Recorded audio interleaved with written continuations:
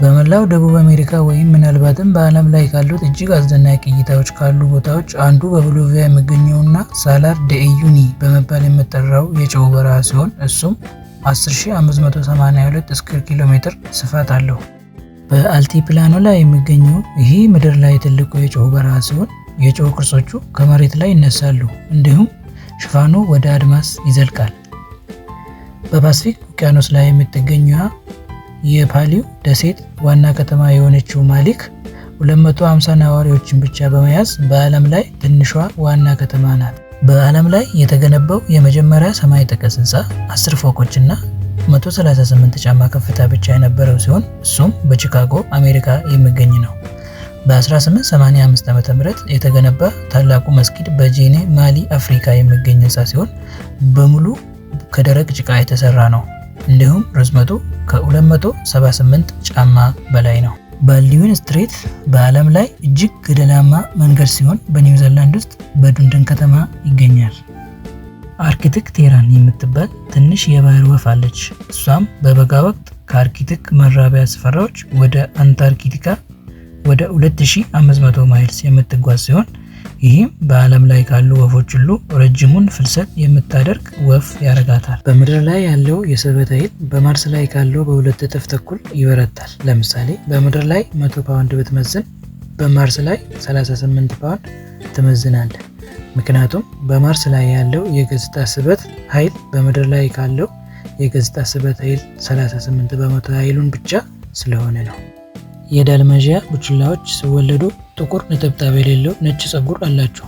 ነጠብጣቦቹ ከተወለዱ በ10 ቀናት ውስጥ የመጀመሪያዎቹን ነጠብጣቦች ማውጣት የሚጀምሩ ሲሆን ይህም እስከ 18 ወራት ዕድሜ እስከሆናቸው ድረስ መታየቱን ይቀጥላል። በቲቤት ውስጥ በባህላዊ መንገድ እንደ ቅዱስ ወፍ የሚከበር ላምበርጋይር የሚባል አንድ ግዙፍ ጥቁር አሞራ አለ። እሱ በሆዱ ውስጥ በጣም ኃይለኛ አሲድ ስላለው አጥንት መብላት ይችላል። ባለቀለም ድንቅ አጋንንት ወይም ደግሞ እንሽላሊት በአንድ ጊዜ ወደ ተለያዩ አቅጣጫዎች ለመመልከት ሁለቱን አይኖቹን በተነጠለ መጠቀም ይችላል። ይህ በጫማ ቅርጽ የተሰራ ቤተክርስቲያን ሲሆን እሱም በታይፒ በምስራቅ እስያ ይገኛል።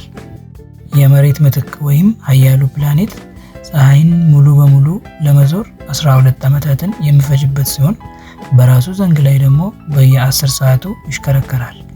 ይህም ማለት በጁፒተር ላይ አንድ ዓመት ከ10,000 ቀናት በላይ የሚፈጅ ይመስላል። በምድር ላይ ረጅሙ ተራራ ሰንሰለት የአሜሪካ ሮኪ ተራሮች ሲሆን እሱም ከአላስካ ጀምሮ እስከ ሜክሲኮ ድረስ ከ3000 ማይልስ በላይ ይረዝማል።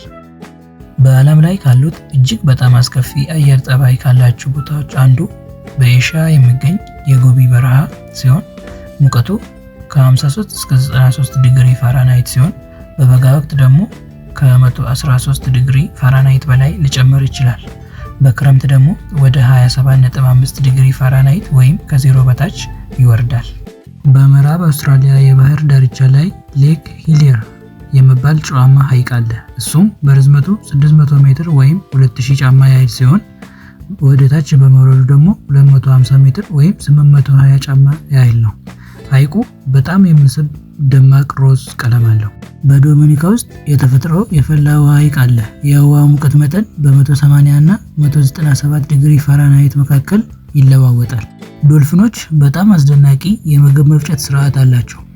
አብሮ የሚሰሩ ሁለት ጨጓራዎች አሏቸው። አንደኛው ምግብ ሲያከማች፣ ሌላኛው ደግሞ ምግብ ይፈጫል። ምንም እንኳን ምድር አንድ ጨረቃ ብቻ ያላት ብትሆንም በፀሐይ ስርዓቶች ውስጥ ያሉ ፕላኔቶች በሙሉ አንድ ላይ ሲደመሩ ከ200 በላይ ጨረቃዎች አሏቸው። ቪዲዮው ከተመቻችሁ ላይክ እና ሰብስክራይብ ማድረግ እንዳትረሱ።